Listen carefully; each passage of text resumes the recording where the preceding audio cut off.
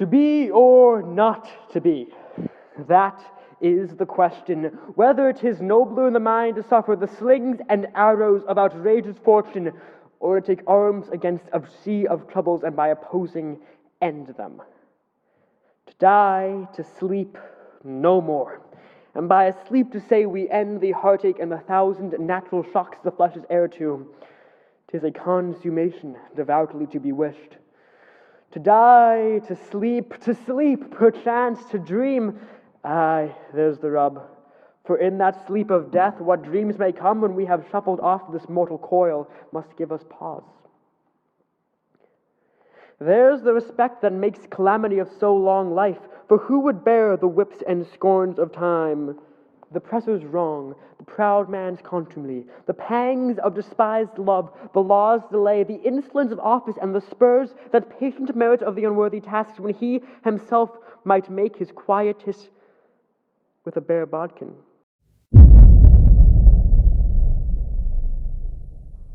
Who would fardels bear to grunt and sweat under a weary life, but that the dread of something after death, the undiscovered country from whose bourne no traveler returns, puzzles the will and makes us rather bear those ills we have than to fly to others that we know not of. Thus conscience does make cowards of us all, and thus the native hue of resolution is sickled o'er with the pale cast of thought, and enterprises of great disregard, and moment with disregard their current turn awry, and lose the name of action.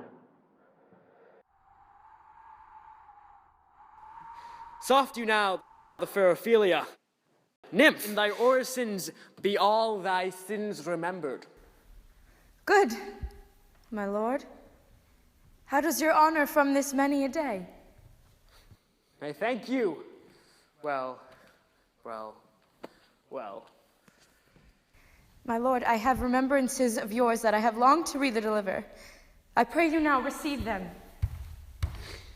Not I never gave you aught. My honored lord, you know right well you did. And with them words so sweet breath composed as made these things more rich, their perfume lost. Take these again for the noble mind. Rich gifts wax poor when givers prove unkind. There, my lord. Are you honest? My lord? Are you fair? What means my lordship? That if you be honest and fair, your honesty should admit no discourse to your beauty. Indeed, my lord. Could beauty, my lord, be better commerce than with honesty? Nay, truly, for the power of beauty will sooner transform honesty from what it is to a bard, that the force of honesty can translate beauty into the likeness. This was sometimes a paradox, but now the time gives it proof. I did love you once. Indeed, my lord, you made me believe so. You should not believe me, for virtue cannot so inoculate our old stock, but we shall relish of you. I love you not. I was the more deceived.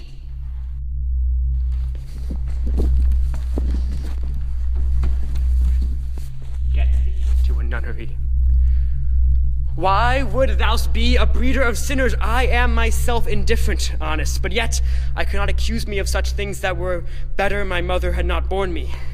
I am very proud, revengeful, ambitious, and with more offenses at my beck than I have thoughts to put them in, imaginations to give them shape, or time to act them in. What should such fellows as I do crawling beneath earth and heaven? We are errant knaves all. Believe none of us. Go thy ways to a nunnery. Where's your father?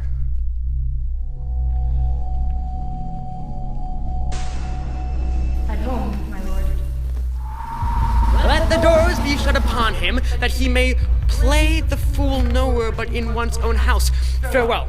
Oh, help him, you sweet heaven! Without doubt, Mary, I'll give thee this plague for thy dowry. Be thou as chaste as ice, as pure as snow. Thou shalt not escape calumny.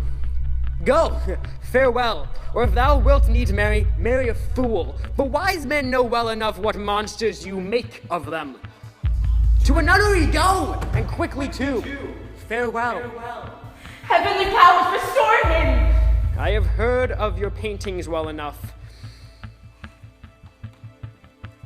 God hath given you one face, and you make yourself another. You jig and amble and you lisp your nickname God's creatures and make your wantonness your ignorance. Go to. I'll no more on it. It hath make me mad. I say we have no more marriage than those that are married already. All but one shall live. The rest shall keep as they are. To a nunnery, go. Oh, what a noble mind to seer over their own. The quarter soldier scholar's eyes, tongue, sword, the expectancy and rose of the fair state, the glass fashion and the mold of form, the observed of all observers, quiet down, and I of all ladies most dejected and wretched, that suck the honey of his music vows. Now see that the noble and most sovereign reason, that unmatched form and feature of blown youth, blasted with ecstasy.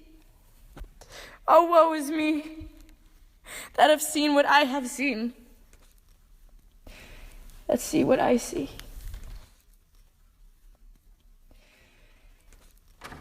Love, his affections do not that way tend, nor would he stay. Though it lacked form a little, it was not like madness.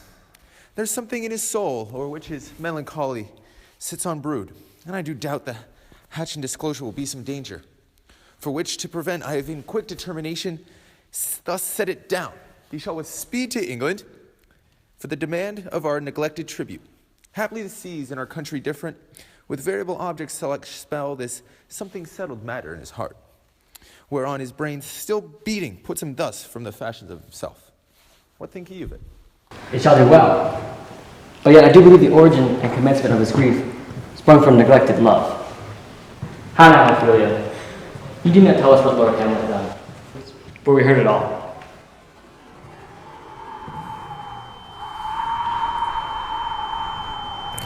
My lord, do as you please. But if you hold it fit, after the play, let his queen mother all alone entreat him to show his grief. Let her be round with him, and I shall be placed, so please you, in the ear of all their conference. If she find him not, to England send him, or confine him where your wisdom best shall think. It shall be so. Madness and great ones shall not unwatched go.